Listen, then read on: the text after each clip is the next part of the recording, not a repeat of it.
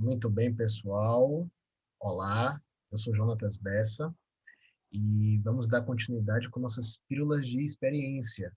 Hoje contamos com a participação ilustríssima da professora Estela Nazaré Meneghel, que vem nos presentear com sua expertise, né, falando de pesquisas onde ela atuou e vai poder compartilhar um pouco das suas vivências em pesquisa quantitativa.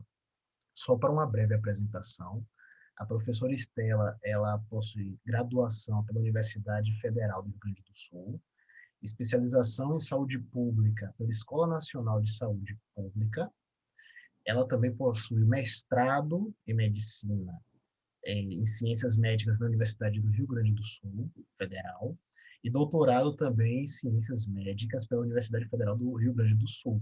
E pós-doutorado em psicologia social pela Universidade Autônoma de Barcelona. Então, assim, uma pessoa muito qualificada. Vou passar a palavra para ela, professora, pode ficar à vontade. Esse tempo agora é seu. Obrigada, Jonatas, obrigada, então, pelo convite. Em primeiro lugar, eu queria agradecer a vocês, né? Fico muito lisonjeada, né, em poder contribuir com esse curso que vocês estão organizando. E também de falar um pouco de pesquisas, né, rememorar o meu itinerário na saúde coletiva, né, na Secretaria de Saúde do Estado do Rio Grande do Sul, onde eu comecei a minha vida profissional, depois de ter feito especialização em saúde coletiva, em saúde pública, se chamava na época, né, pela Escola Nacional de Saúde Pública, me tornei sanitarista e, bom, eu descobri o que eu iria fazer pelo resto da minha vida e com muito prazer. Então, bom, comecei a trabalhar na saúde, na Secretaria de Saúde do Estado do Rio Grande do Sul, ainda estudante de medicina, trabalhava na equipe de estatísticas vitais, né, isso me deixou muito sensibilizada também para toda essa questão de dados, né, da importância dos dados estatísticos para a gente estabelecer o perfil, o padrão de mortalidade, né, de uma população no estado. Nós trabalhávamos no estado do Rio Grande do Sul, também trabalhava-se com alguns dados de morbidade, poucos que havia na época. Então, isso me sensibilizou muito para o trabalho com a saúde pública e com uma questão operacional, eu diria, né? Uma pesquisa operacional, né? Essa pesquisa que está ligada ao serviço de saúde e que atende, muitas vezes, problemas práticos, problemas do dia a dia do serviço de saúde. E muitas vezes são pesquisas muito simples, muito baratas, né? Muitas pesquisas são pouquíssimo sofisticadas, que vão dar resposta a esses problemas, né, de saúde. Então, eu vou começar, né, em seguida que eu fiz o curso, eu comecei a trabalhar na Vigilância Epidemiológica do Rio Grande do Sul e também na Escola de Saúde Pública, onde a gente fazia uma especialização, né, nós éramos responsáveis por uma especialização em saúde pública, com trabalhadores de saúde. E orientávamos trabalhos, né, trabalhos de curso, e uma característica desses trabalhos, né, é que eles eram coletivos. Hoje em dia, todos os TCCs, TCRs, dissertações, eles são trabalhos individuais, né? Na época, os trabalhos da especialização eram coletivos. Isso propiciava que se conseguisse um incremento muito maior, né, na capacidade de buscar dados, de analisar dados, de escrever. Né? E aí nós desenvolvemos vários trabalhos, que eram ao mesmo tempo um trabalho de fim de curso, mas era uma demanda, muitas vezes, ou dos serviços, ou da vigilância epidemiológica, ou da própria atenção básica. Às vezes os estudantes traziam uma questão que nos importava discutir. Então, dentro desse âmbito, um dos trabalhos que a gente fez foi uma avaliação da cobertura vacinal a menores de 1 ano em Porto Alegre. Porque, na época, isso não era informatizado, e havia muita discussão entre né, o nível central, a vigilância epidemiológica, ela apontava uma cobertura, né, e, por exemplo, uma cobertura para um bairro ou para uma unidade de saúde, e as pessoas refutavam esses dados. Elas diziam assim, não há aqui o número de crianças menores de 1 ano que vocês estão dizendo, nós já olhamos todas, nós visitamos todas, nós somos atrás. Isso aí atesta, né, a capilaridade do programa de imunização, brasileiro, né, uma coisa que se discute agora e que se desfaz de certa maneira, não, já naquele momento havia uma consciência social, pedagógica, né, das pessoas da importância de vacinar, né, das próprias famílias e das mães, mas havia muitos problemas de estimativa de população, né, não era ainda o IBGE que nos fornecia as interpolações intercensitárias, né, de população, então haviam estatísticos nas secretarias que estimavam e havia erros. Então, esse é um trabalho que a gente fez.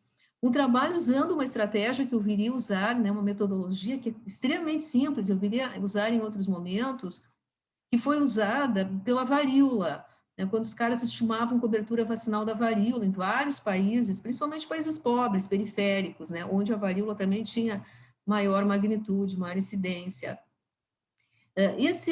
Essa metodologia consiste em selecionar aleatoriamente, né, 30 conglomerados em um local. Aqui eu coloquei a distribuição em Porto Alegre, né, pelos setores censitários. Porto Alegre deve ter em torno de 1.400 setores censitários, né? Então, obtida a lista dos setores censitários, para a gente poder saber exatamente o que cada um consistia, nós sorteamos 30, né? Em cada um desses 30, a gente sorteava de novo um ponto para início, uma rua, né? Geralmente uma rua, e se começava a palmilhar, né, em zigue-zague essa rua, buscando, né, nas casas, nas famílias, crianças menores de 1 ano de idade. Tá? Então, isso para crianças menores de 1 ano de idade. Para a varíola, eles iam buscar pessoas que tinham a cicatriz vacinal. Né? E nós conseguimos, então, com essa estratégia, que é super simples, né, nós conseguimos comparar os dados administrativos que a gente tinha com os dados de cobertura. E realmente a cobertura era maior, ela era um pouco maior do que aquilo que nós tínhamos, dos dados oficiais registrados, porque a população, né, principalmente porque a população não estava superestimada. Então, se eu tenho, né, superestima a população, vai baixar a minha cobertura. Então, esse é um exemplo, né, de um trabalho, né, de uma necessidade que parte dos serviços, né, e um trabalho relativamente simples, tanto do ponto de vista metodológico, quanto né, de coleta de dados e de análise, que pode ser feito no serviço. Claro que para isso a gente tem que ter pessoas que façam. E eu sei que as equipes de saúde são muito pequenas, que os trabalhadores, agora nem se fala na epidemia, né, mas geralmente eles estão sobrecarregados de trabalho. Então, por isso é muito importante a educação em serviço, né, a universidade percorrer, né, os estudantes estarem no dia a dia desses locais, porque os estudantes, então, podem mover montanhas, eu vou dizer, né, toda essa parte de visita domiciliar, de busca de pessoas em campo, estudantes podem fazer. Bom, aí eu estou mostrando uma tabela de uma outra pesquisa que a gente fez também com os alunos de um curso de saúde pública. Né? Né, que circunstância, que cenário que a gente tinha nesse momento. Né? A gente vacinava desde do fim dos anos 70, os programas de imunização, aquilo que a gente chamou de PAI, Programa Ampliado de Imunização, que foi proposto pela OPAS, né? Então o Brasil aplicava, né, conscienciosamente, né, diligentemente esse programa, e a gente fazia 6 vacinas do PAI, que era sarampo, a tríplice bacteriana, né, difteria, tétano e pertussis, né, coqueluche, tuberculose, e poliomielite. Né? Então, eram seis doenças que se protegia. A gente usava muitas vacinas né, confeccionadas, elaboradas por um laboratório nacional. Mas a partir de 80 e alguma coisa, nós começamos a importar, o Brasil começou a importar vacina do laboratório Cunon, laboratório canadense. E a gente começou a ter muita notificação de reação colateral à vacina, principalmente a vacina tríplice. As mães, então, né, às vezes os pediatras também ligavam muito para a vigilância, eles diziam que a criança ficava mole, a criança dormia muito, né, então se temia síndrome hiporresponsiva, né, que é um evento muito raro, mas as pessoas começaram a temer. E quando a gente não esclarece a população, né, dos possíveis eventos colaterais que há, né, mas são leves, a imensa maioria dos eventos pós-vacinais são muito leves, né, mas se a gente não explica, né, as pessoas começam a fantasiar.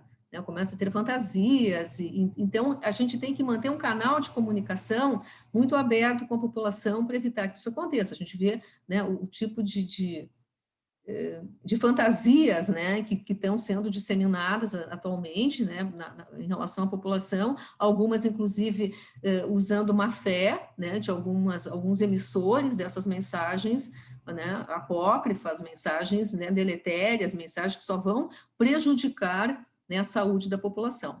Bom, então, pensando nisso, né, em cima dessa situação que nós tínhamos muita notificação né, de evento colateral, nós resolvemos fazer um trabalho, também com os alunos do curso de saúde pública, como eu coloquei para vocês. Nós estimamos uma amostra, a gente tinha um estatístico na época, foi uma amostra de mais de 1.000 crianças em Porto Alegre.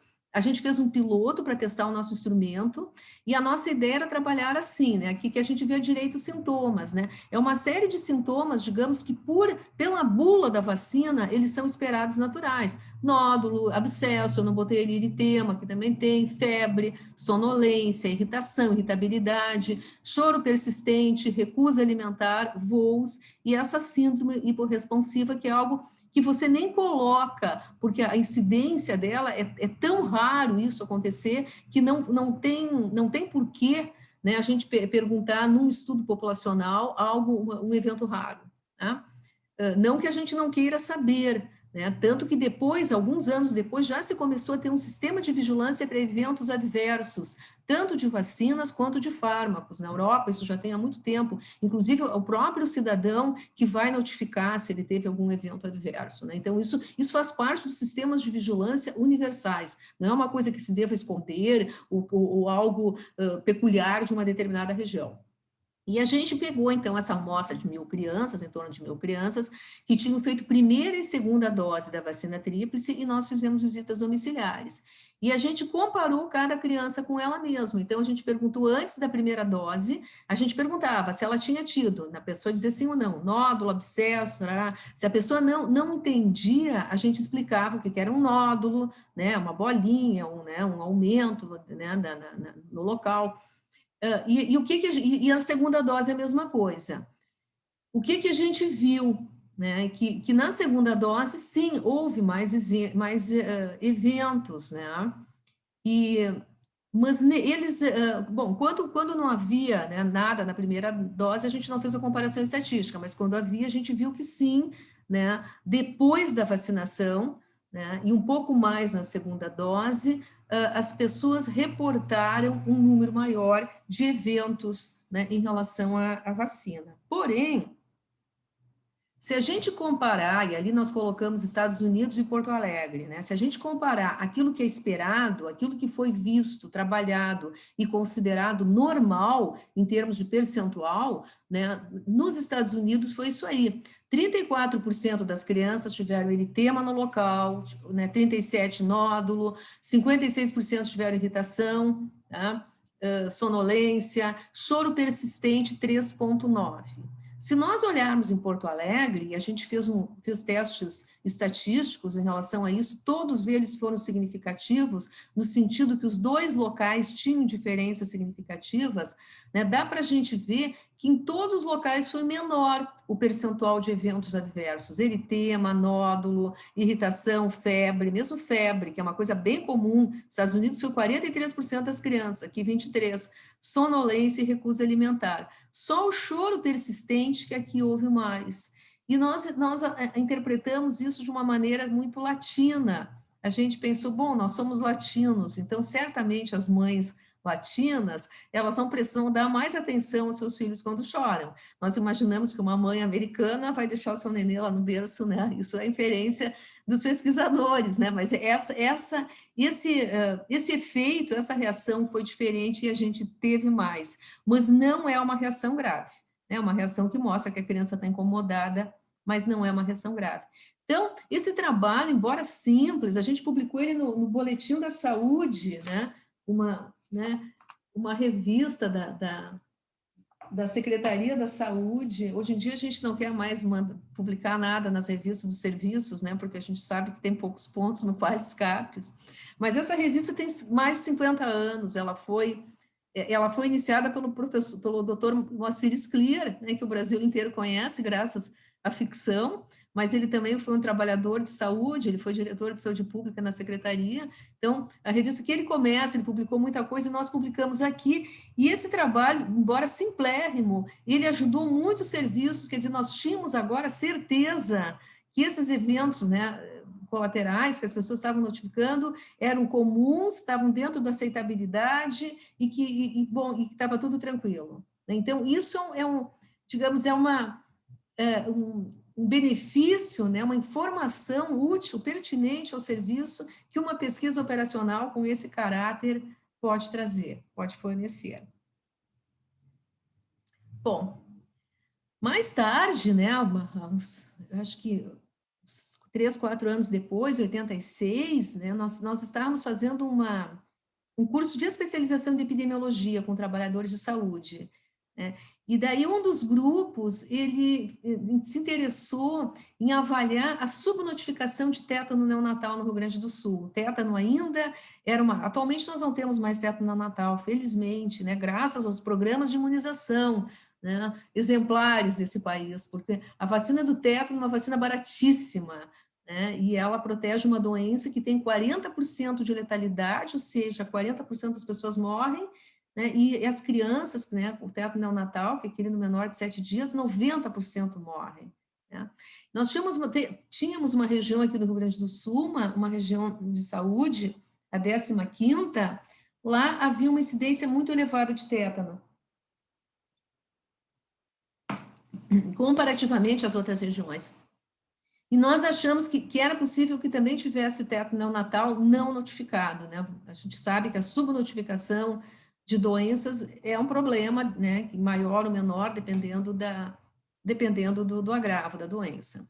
Lá havia um percentual, então, né, na 15ª regional, que é a Palmeira dos Missões, onde está o município de Nonoai, que é reserva indígena, né? Havia, na época, uma prevalência muito alta de partos domiciliares, a gente imaginava que houvesse subnotificação, e, de novo, nós vamos para lá, então, para avaliar, né, fazer um trabalho, de novo, prático, operacional, uma necessidade do serviço, que era a subnotificação de tétano neonatal. Eu coloquei no Rio Grande do Sul, mas, na realidade, foi em Nonoai, né? Lá também a gente trabalhou com os 30 conglomerados, os 30 conglomerados foram 30 escolas rurais, porque o tétano, a incidência dele sempre foi maior. Agora houve uma mudança um pouco, né? Tem muito tétano, mais recentemente, urbano, por exemplo, acidentes de moto, que as pessoas se machucam, se ferem, se contaminam com terra, onde pode estar o bacilo tetânico. Né? Mas até aquele momento ele era predominantemente uma doença de região rural. A gente escreveu bastante sobre isso também. E lá, então, nesses 30 conglomerados, foram 30 escolas, nós chamamos as mulheres que, pelo rádio, o rádio é um recurso muito interessante, ainda é, né? A gente usa pouco, mas ele é um recurso interessante, que tinham tido filho nos últimos 2 anos.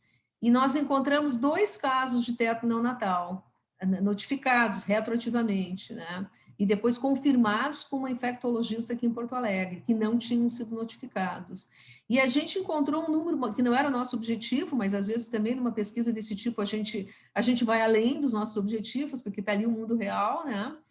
A gente conseguiu fazer uma correção na mortalidade infantil. O número de óbitos infantis notificados foi menor do que aquele número que a gente encontrou e estimou para a nossa amostra. Então, isso aí também, né, devolvemos esses dados, né, discutimos né, na época a delegacia, agora a Coordenadoria Regional de Saúde, mostramos, né, no sentido de sensibilizar as pessoas também para trabalhar mais a notificação e a vacinação, né, das mulheres na gravidez, que é uma maneira de evitar, né, o tétano neonatal.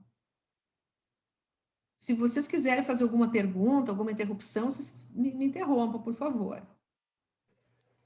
Perfeito, professor. Eu estou aqui maravilhado, né, com essas pesquisas, porque eu estou observando o quão a estatística descritiva nos permite analisar essas características, né, da população, da amostra, e como isso nos ajuda a tomar uma melhor decisão, né, frente a, por exemplo, no caso desse das vacinas, ou até mesmo na questão do teto neonatal, ao você entender melhor certas características da população, isso te ajuda a tomar uma decisão mais diretiva, buscando melhoria dessa população, né? Sim. Inclusive maneiras de conversar, né? Isso. Eu trabalhei muito com a meningite também, meningite meningocócica, que é uma doença, como houve epidemia no Rio Grande do Sul, né, nos 73 a 75, e essa epidemia foi negada, impressionante, né? O negacionismo se repete nas épocas, né? Uhum. E as pessoas tinham muito medo. As pessoas tinham muito medo e elas tinham um posicionamento assim de rechaço, que também é histórico, né, em relação ao doente. O doente ele é uma vítima, né? Muitas vezes é um portador, uma pessoa que tem um meningococo, que é saudável, que é uma professora, uma pessoa numa creche, uma mãe, um familiar, né? O portador que leva para a criança, porque na criança ela é mais grave. Então, a gente tinha que lidar muito com esses sentimentos de rechaço e Uhum. com o sentimento que é o sentimento da medicalização. Eu quero ser medicalizado, que a gente vê agora as pessoas tomando coisas inócuas, inócuas e que têm efeitos adversos. Está havendo uma epidemia não, mas uma quantidade muito grande de hepatite medicamentosa por ingesta de medicamentos não apropriados, não adequados, ingesta em superdosagens, né, e que não vai prevenir a Covid, e a pessoa vai acabar com o fígado dela, Sim. né? Então, isso a gente via já na meningite, as pessoas que todo mundo queria tomar antibiótico, e a gente dizia, não é preciso, não é preciso. Quem precisa tomar, no caso de ser meningite meningocócica, porque tem outras meningites também virais, que são absolutamente inócuas, a letalidade é muito pequena dessas meningites, né? Então, a gente tinha que explicar. Muitas vezes as pessoas não aceitavam, né? Sim. Tem situações que a gente tinha que sair correndo, praticamente, da população, isso acontece, né? Então, essa desconfiança, esse medo, né? E difícil, né, Jonathan? Você é psicólogo, difícil, muitas vezes a gente, né, por mais que a gente tente explicar, né, e ser disponível, às vezes demora esse processo. E também porque as pessoas muitas vezes são ludibriadas, Uhum. né? As pessoas são sacaneadas, são ludibriadas, contam mentira, dizem que vão fazer e não fazem, então também as pessoas ficam com uma desconfiança, né, a priori. E a Uhum. gente tem que. Mas a atenção básica, né, essa grande rede que a gente tem de atenção básica, ela é um local para estabelecer esse contato e esse vínculo com a população. E é um patrimônio desse país, né? É um patrimônio, o sistema, o Programa Nacional de Imunizações é um patrimônio, né? A nossa rede de atenção básica é outro patrimônio, o SUS é um patrimônio da população brasileira que nós vamos ter que defender com unhas e dentes. Eu saí um pouquinho do mas, né, é o nosso cenário, é o nosso cenário. Sim, não, com certeza. E você, professor, falou uma coisa muito importante, pelo menos que eu considero muito importante no início, que é assim, muitas vezes a gente fica na perspectiva, não, a gente vai trabalhar com pesquisa quântica, a gente vai ganhar um Nobel, que vai fazer algo totalmente complexo, e às vezes não, a gente pode fazer algo que não necessariamente é tão complexo em termos de cálculo, ou termos de análise de dados, mas com o simples a gente pode identificar questões altamente importantes e revestir em benefícios para a própria sociedade que a gente está buscando coletar esses dados, né? Eu vejo muito isso, né, nas pesquisas apresentadas por você, é, é, muitas assim descritivas, mas que assim com a riqueza de elementos, né? Obrigada. Eu acredito que sim. Eu acho que eu aprendi isso com o César Victora. Embora, sim, nós somos contemporâneos, né? Ele não foi meu professor, foi meu colega. Ele estava alguns anos antes que eu, mas a gente partilhou um tempo na residência. Uhum. Depois, na minha dissertação de mestrado, que foi com a meningite meningocócica, e foi um estudo ecológico, que eu trabalhei, né, dados já existentes, né, do sistema de informação e dados depois de correlacionando com dados demográficos e Uhum. saúde, e foi com ele que me deu assessoria. E mais tarde, mesmo nos locais que eu trabalhei muitos anos Secretaria de Saúde, ele sempre vinha, e ele sempre dizia isso, que um estudo, principalmente o método, né? E isso eu diria sempre digo para os estudantes, o método do estudo tem que ser tão claro que até a sua avó possa entender, o César dizia. Sim. Ou seja, não tem que se esconder através de um hermetismo que ninguém entende, né? Tem que explicar, até porque uma outra pessoa pode querer reproduzir um similar, né? Tomar ideias e refazer aquele estudo em outra população. Então, acho que isso é muito fundamental, né, das coisas. E ele é uma pessoa muito sofisticada nos métodos que ele usa, mas sempre também buscando essa conversa com o serviço, atender problemas, né, práticos dos serviços de saúde e descrever de uma forma mais simples possível. Né? Eu acho que isso é importante. Sim.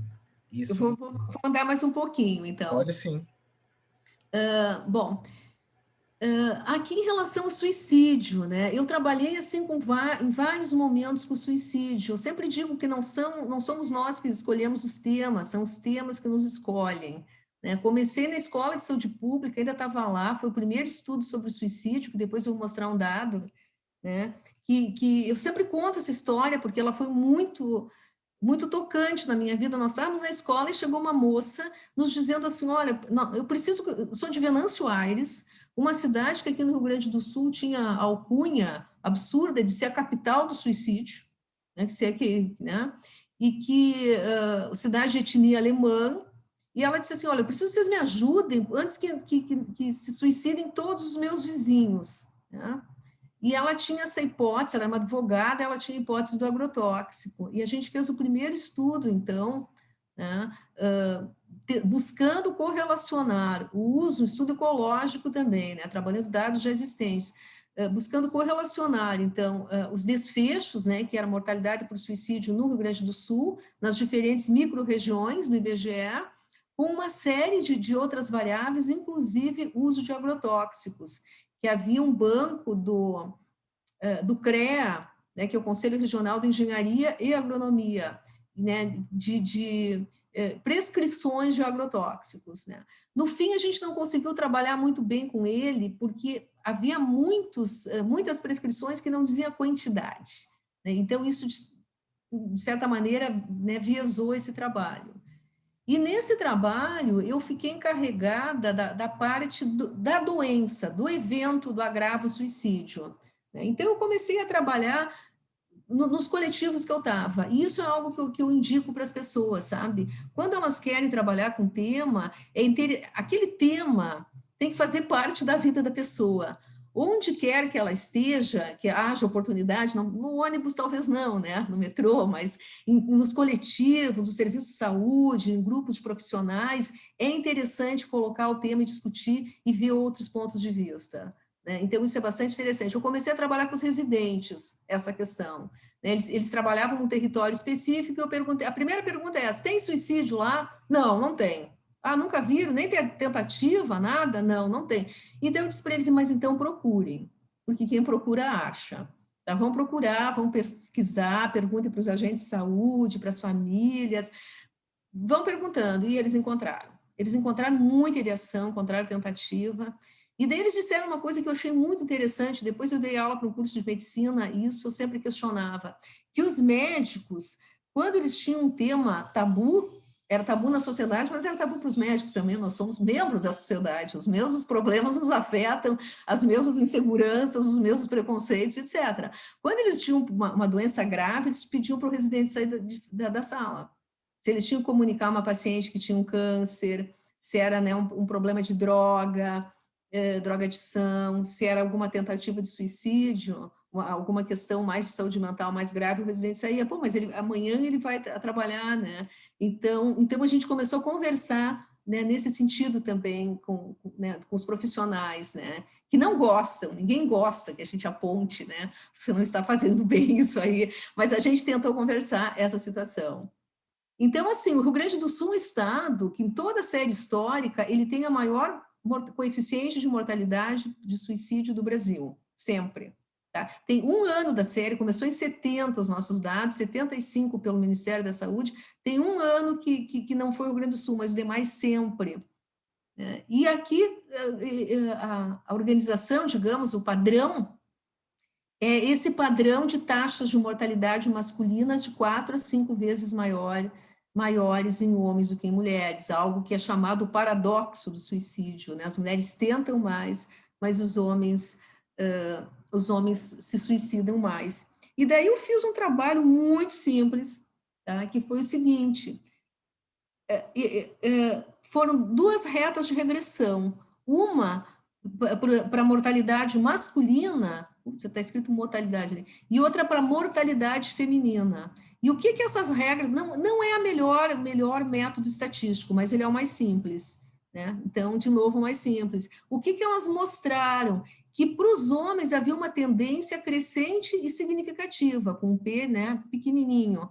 E para as mulheres, tinha uma tendência decrescente e também significativa, né? E então eu não trabalhava com gênero até então, mas isso me levou a pensar, a considerar, né, que era como se fossem 2 populações distintas e que havia situações de risco diferentes para os homens e para as mulheres. E não era, no caso, o acesso às armas, por exemplo, porque a maioria dos suicídios no Rio Grande do Sul são enforcamentos, né? E, então, tinha alguma coisa a mais de resistência, né, das mulheres em relação aos homens. Então, isso aí depois a gente trabalhou, né, eu trabalhei em outras pesquisas sobre suicídio, mas aquela que foi mais quantitativa, digamos, foi esse primeiro estudo inicial, né, que teve um estudo ecológico também, e esse tipo de análise é uma análise que qualquer um de nós pode fazer, né? Ela é muito simples, quer dizer, quando eu tenho um padrão, algo que está aumentando muito e algo que está diminuindo muito, e a diferença de sexo, eu vou pensar em alguma coisa ligada a gênero, né? Ou se é raça, cor, eu vou pensar também em discriminação, né? E a gente pode fazer essa análise de uma maneira muito, muito singela. Bom, algumas coisas assim que a gente usou, né, que eu diria para um pesquisador, né? Então, além de, né, é um problema que existe na comunidade, né? Já foi pesquisado, existem instrumentos já validados, esses instrumentos são válidos para a minha região, porque às vezes eles não têm que ver. Teve uma pesquisa sobre violência contra a mulher, que eu, de certa maneira, adaptei, né, de um protocolo que era de mulheres caribenhas e latino-americanas hispânicas, mas, assim, ele teve que ser completamente modificado, porque tinha muitas questões que tinham que ver com determinadas etnias indígenas, tinha muitas palavras de uso regional, então, nada disso, né, a gente conseguiu aproveitar naquele instrumento. Então, a importância também de discutir esses instrumentos e de validar esses instrumentos ou de adaptar, né, para a nossa realidade, as pessoas e testar, né? É muito importante que a gente faça um piloto testando os instrumentos, testando a gente mesmo como entrevistador, nos calibrando, né, para ver se as diferenças, né, de nós mesmos conosco, de nós com os outros, né, vão ser muito grandes, né?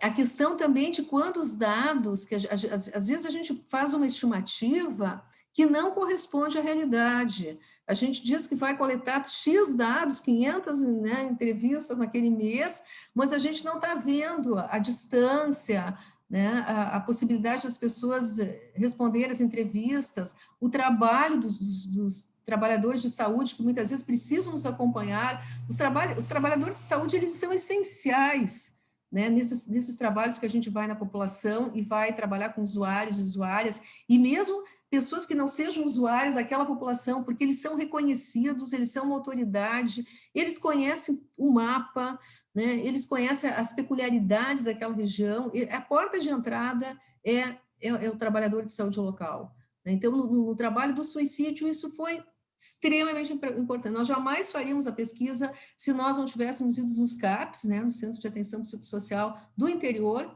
conversado com os psicólogos, com os trabalhadores do CAPS, e eles terem feito o meio de campo, a frente do campo, não vou dizer o meio de campo, fizeram a frente, a abertura, eles negociaram com aquelas famílias, né, a famílias, ainda mais um tema tabu como suicídio, as pessoas não responderiam para uma equipe vindo de Porto Alegre, mas de jeito, não iam nem abrir a porta.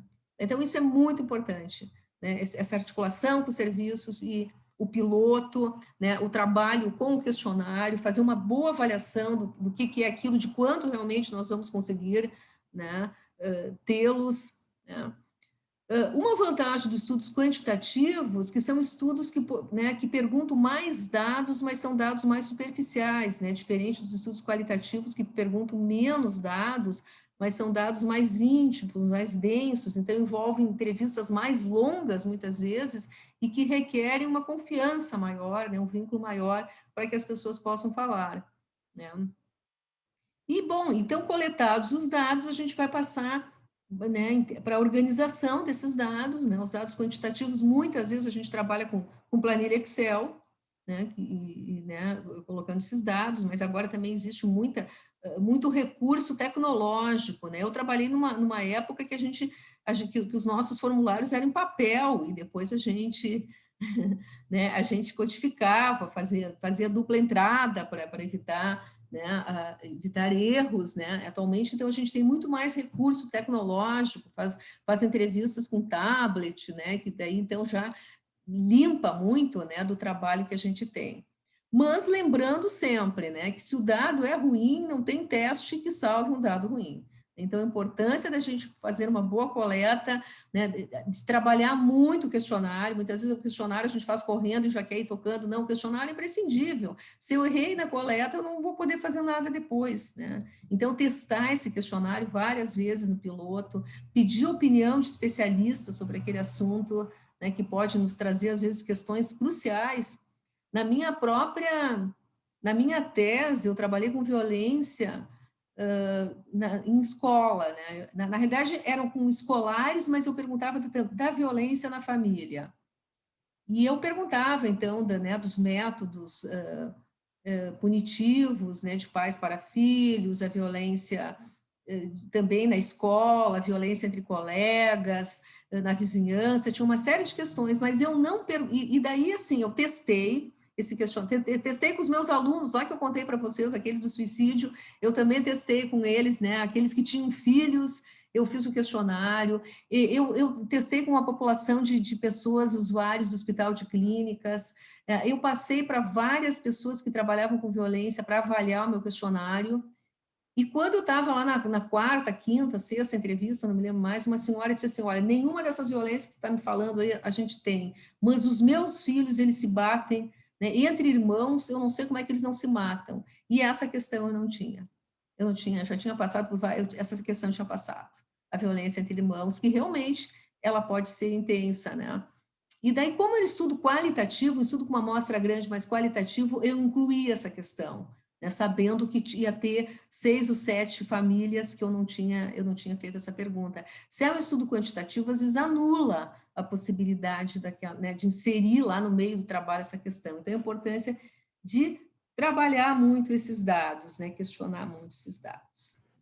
Fora que é legal, né, professora, essa questão, porque muitas vezes os dados quantitativos, eles dão até elementos para que você venha fazer depois uma análise mais qualitativa, né, para você apreender melhor o fenômeno que está ocorrendo.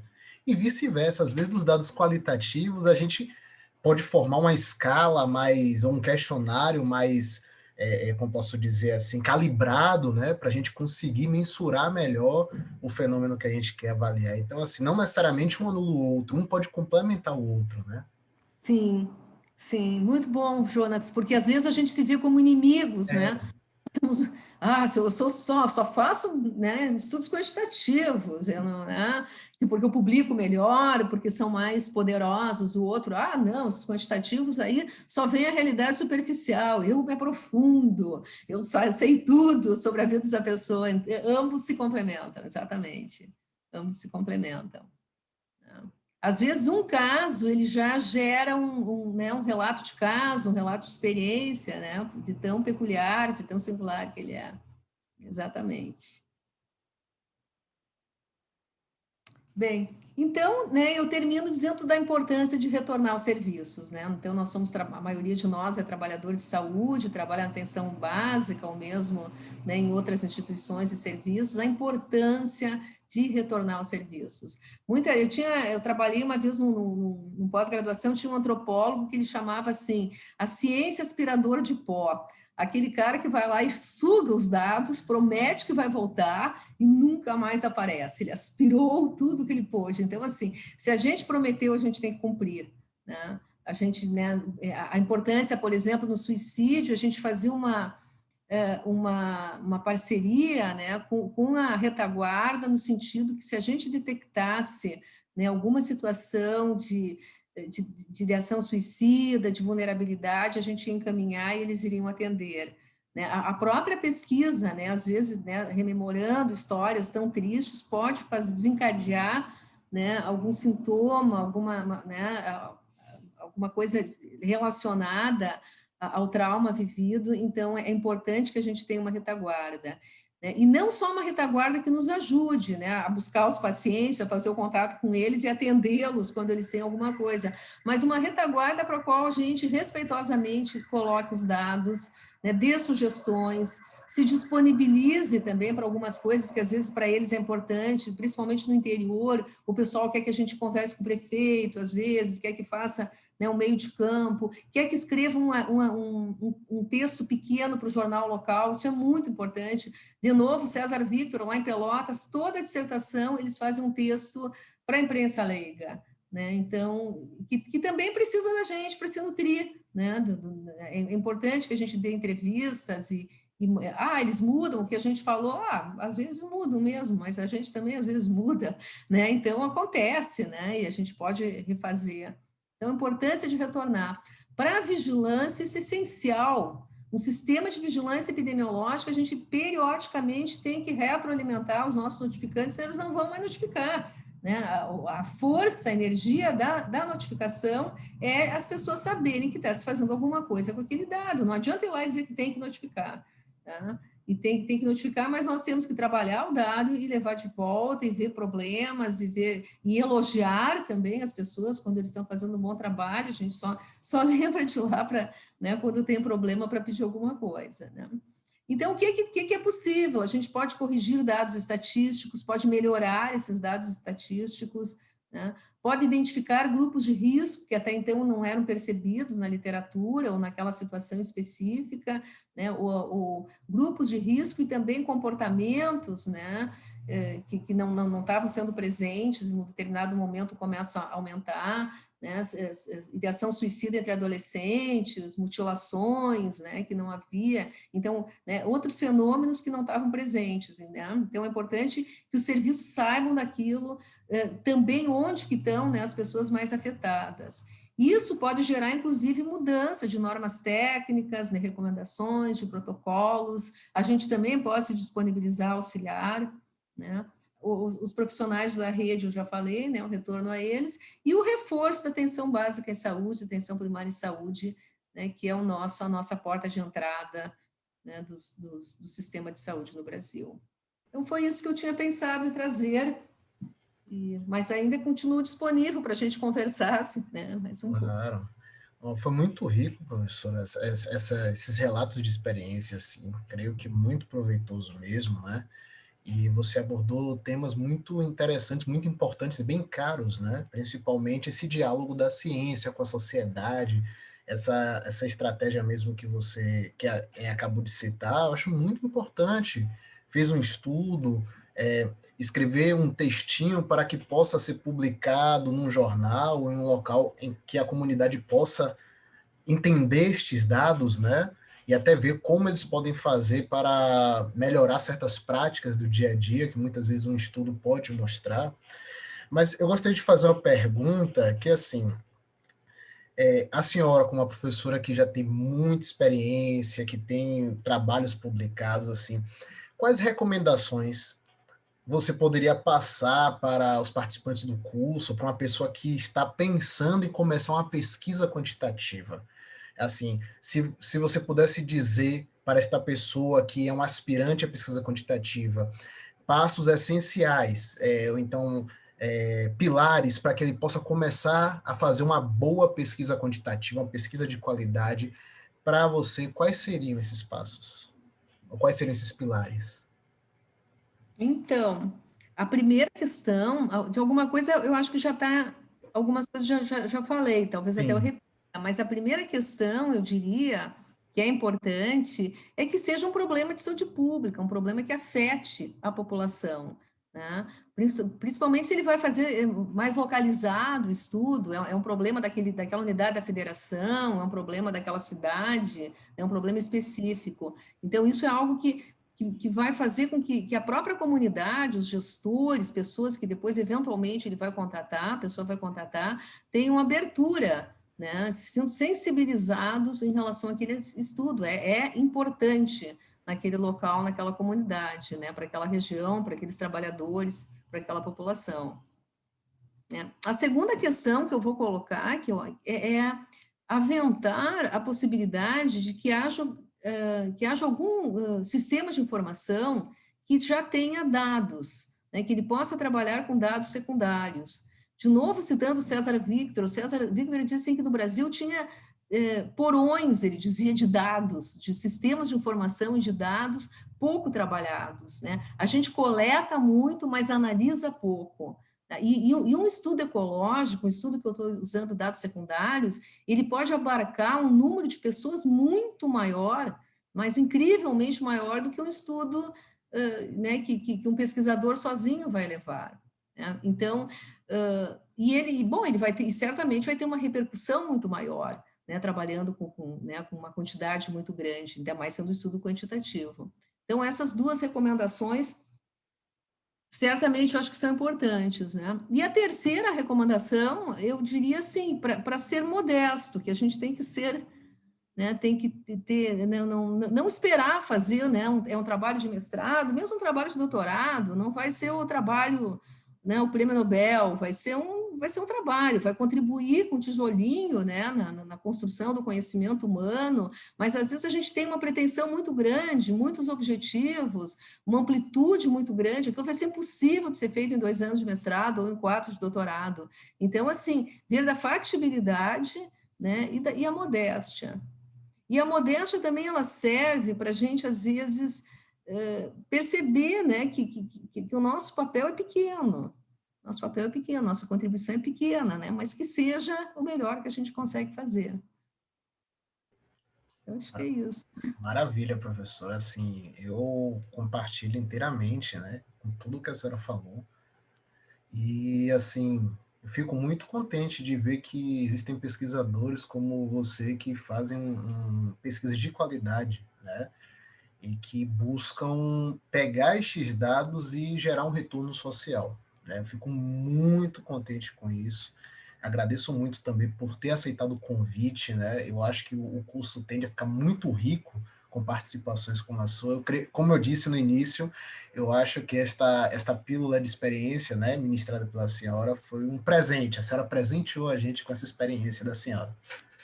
Ô, Jonas, muito obrigada. Eu acho que tem né, um pool, um grupo de pesquisadores, né, da saúde coletiva muito bons e muito importantes, muito melhores que eu nesse país, né, no Nordeste, na Bahia, no Rio de Janeiro, nos vários polos da Fiocruz, em universidades federais, institutos federais, né, que foram tão enriquecidos, né, nos últimos 10 anos. Então, assim, nós temos um contingente de pesquisadores, nas outras áreas eu não sei, mas acredito que também na saúde coletiva, assim, de escola, eu diria. E militantes do SUS, né, defensores da saúde pública, né, todos apaixonados pela nossa população. Então, vamos, né? Então, eu sou uma pequenininha aqui no meio deles. Muito obrigada, Jonas. Muito obrigada.